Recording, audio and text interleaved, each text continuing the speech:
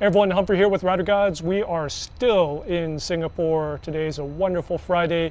Moving out of my apartment and the cleaners in the apartment cleaning everything up. So figured I'd come up here and make a stream of consciousness video about the Singapore PEP, the Personalised Employment Pass. Now you may be wondering, what's a PEP? What's the difference between an EP, which is the Employment Pass, and a PEP? Couple differences here. It's considered an upgrade, so the EP lasts for 2 years and then you can renew it as many times as possible. You are tied to a company, so in the previous case I was tied to Cisco Systems, and if anything happened, I lost a job, etc., then you have 30 days to leave the country. The EP is revoked and I get a short-term visa and I have to bail in 30 days. That's not a lot of time to prepare to sell all your things and all that good stuff. So it's tied to a company. The EP is tied to a company. The EP is also, it's every 2 years. You have to renew it. And also, one of the big disadvantages of the EP is that if you choose to get another job, the new company has to apply for a new EP. So the old EP is tied to Cisco. So if I want to jump, not saying that I want to jump, but if I did hypothetically want to jump, then I apply for the new company, I interview, they give me the thumbs up, they're like, you're hired, we like you. Then they have to apply for the EP position, the EP transfer.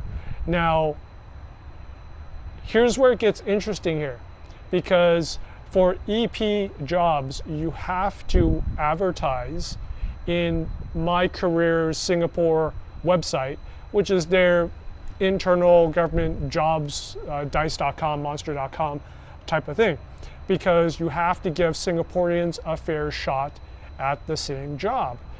PEP. The PEP, main differences are it lasts for 3 years. You can only get it once because the expectation is at the end of 3 years, you're either going to apply for a permanent resident, which I have. I am now applying for a permanent resident because why the hell not?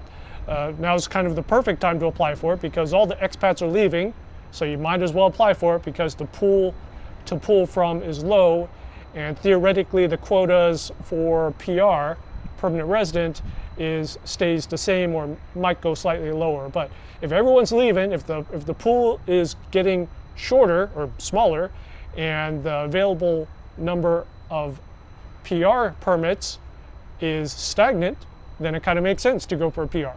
But that's another video later. It's not tied to a company. So in the old employment pass at the top, it said Cisco Systems. In my PEP, notice is blank. There's nothing there. So that means I can jump to any company as long as it has like a minimum salary, right? I forget what the minimum salary is, but it's higher than an EP. And I can jump.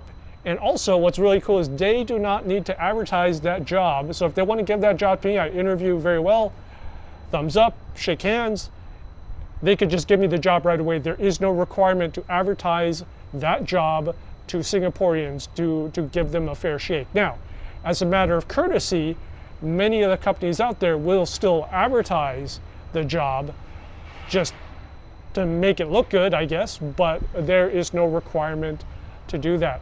Also, what's cool is I could take, let's say, 3 months off, 6 months off. As long as I meet the minimum requirement for the salary for the year, I could quit my job and I don't need to leave in 30 days. So I could quit, take 3 months off, travel to Thailand, whatever, come back, find a job, and I would be good. Now, there's a caveat to that. For the year, your average monthly salary needs to be, I forget, I'll put it up there somewhere, but I do believe it's something like 14.5, 12.5, something like that. So there's a minimum monthly salary that you need to hit for the year.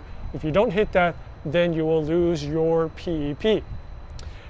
So if you think about it, let's say you've worked in Singapore for 9 months and you're making, let's say, 20,000 Sing a month, right? So those 9 months you've made 20,000 Sing.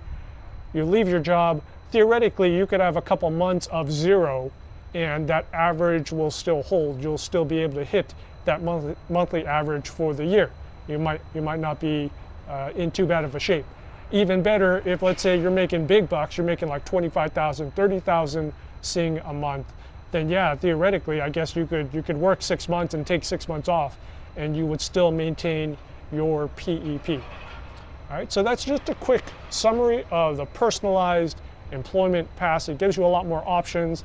It gives you the chance to stay in Singapore a lot longer if you lose your job or if you decide to take a break. It gives you the flexibility to move to different employers without the too much extra paperwork. So it didn't cost me too much. I forget how much it was, 100 to 200 bucks, something like that. It was very reasonable. And the paperwork was very similar to the paperwork for the Employment Pass. The only difference is you have to put in the contact information of a permanent resident or a Singaporean citizen. This is where it's not a recommendation, it's just a contact.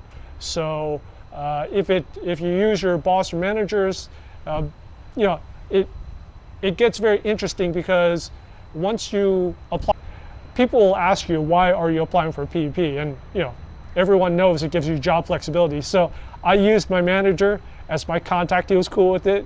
But yeah, you can kind of think of what's going through his mind is like, is Humphrey going to jump? The only reason to get a PEP is to get different jobs without too much of a hassle. So paperwork was very reasonable. You have to do the contact information, and it took about 8 weeks. And after the 8 weeks, I got a notice through email, and then I went to the MOM office, the Ministry of Manpower, picked up the new card.